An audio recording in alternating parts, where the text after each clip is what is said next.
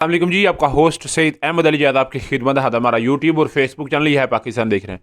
लाखों करोड़ दुरुद हसन मोहम्मद मुस्तफ़ा सल्लल्लाहु अलैहि वसल्लम और आले मोहम्मद पर आर्मी चीफ हाफिज़ सईद आसिम मुनीर साहब सरकारी दौरे के ऊपर अमेरिका रवाना हो चुके हैं। और इस वक्त याद रखिएगा उनका ये दौरा है वो डेफिनेटली बड़ा अहमियत का हामिल है। और इसमें वो तकरीबन 1 साल और कुछ दिन उन्हें जो हैं वो हो चुके हैं अपनी इस सीट के ऊपर ओहदे के ऊपर आए हुए। मगर उससे पहले उन्होंने चाइना का, मिडल ईस्ट का और बड़े सारे यूएई वगैरह का दौरा उन्होंने किया, सऊदीया का। ये बड़े अहम तरीन दौरे थे। इन दौरों के अंदर बड़ा पाकिस्तान को एक रेवेन्यू जनरेट हुआ, डेफर्ड पेमेंट्स पे आया मामला और हर तरह से पाकिस्तान को जो है वो अकोमोडेट किया गया। इन दिनों में शहबाज शरीफ साहब की बड़ी ख्वाहिश थी कि मैं भी चाइना जाऊँ, मगर वो ना जा सके।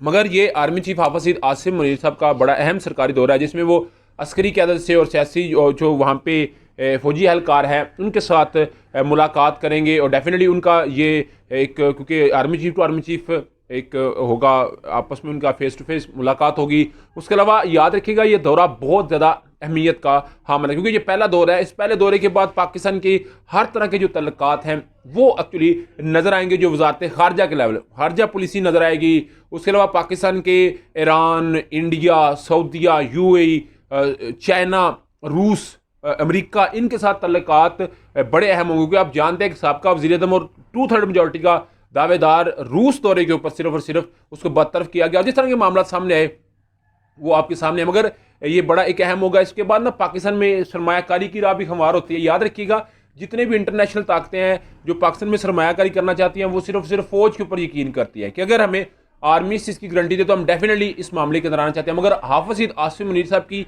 जो 365 दिन की कारकर्दगी है वो किसी से ढकी छुपी नहीं है। आप सियासी तौर के ऊपर ना डील करें, आप ये ना देखें सियासी, देखें पहले अव्वल है सुभाष दरवेश कहते हैं, पहले पाकिस्तान की बात करें। पाकिस्तान है तो हर तरह की सियासत है। तहरीक इंसाफ की सियासत डेफिनेटली वो 2/3 मेजॉरिटी का दावेदार है। 64% मुझ जैसी यूथ जो है वो तहरीक इंसाफ के लिए जो है वो उसको देखना चाहती है। वो समझती है कि तहरीक इंसाफ आनी चाहिए, क्योंकि नून लीग को 35 साल देख लिया गया, पीपल्स पार्टी को भी इतनी दफ़ा देख लिया गया है। कोई किसी ने पाकिस्तानियों के लिए खासतौर पर यूथ के लिए काम तो कोई नहीं किया, ठीक है। मगर ये एक डायरेक्शन जो होगी फौज के लिए वो डेफिनेटली पाकिस्तान के लिए काम कर रहा है। तो जो पाकिस्तान के लिए काम है वो डेफिनेटली बड़ा अहमियत का हामिल होगा। तो इसके मतलब मैं आपको बताऊंगा, उधर आप जानते हैं बिलावल भुट्टो साहब मेरा हाल क्रीज से निकल के बड़ा लम्बा खेल रहे हैं। वो इतना लम्बा खेल रहे हैं कि शायद वापसी की राह उनके लिए ना बचे, क्योंकि जरदारी साहब का अभी तक कोई बयान नजर नहीं आया। उनका जो बेटा है वो बड़े ताबड़तोड़ हमले कर रहा है, बड़े खतरनाक किस्म के बयान दे रहा है। मगर बेटा जो है वो इस वक्त, बाप जो है वो बड़ा खामोश होकर बैठा हुआ है। और मेरा ख्याल है याद रखिएगा बाप की बात जो है वो बड़ी अहम तस्वर की जाएगी।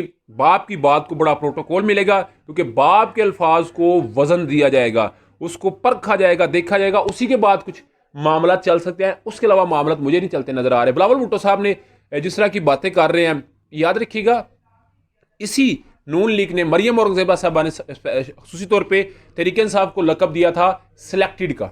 आज यही अल्फाज नवाज लीग के लिए इस्तेमाल हो रहे हैं, आज यही अल्फाज नवाज शरीफ के लिए इस्तेमाल हो रहे हैं। तो क्या ये स्टैब्लिशमेंट के बंदे आए या अपनी मेहनत से आए? आपका समझा मुझे लाजमी कमेंट से शेयर कीजिएगा। ब्लॉग की वीडियो पसंद है फिर को लाइक सब्सक्राइब अपने दोस्तों से शेयर कर लीजिएगा। नेक्स्ट वीडियो तक के लिए होस्ट को जल्दी का हमिला। अस्सलाम वालेकुम।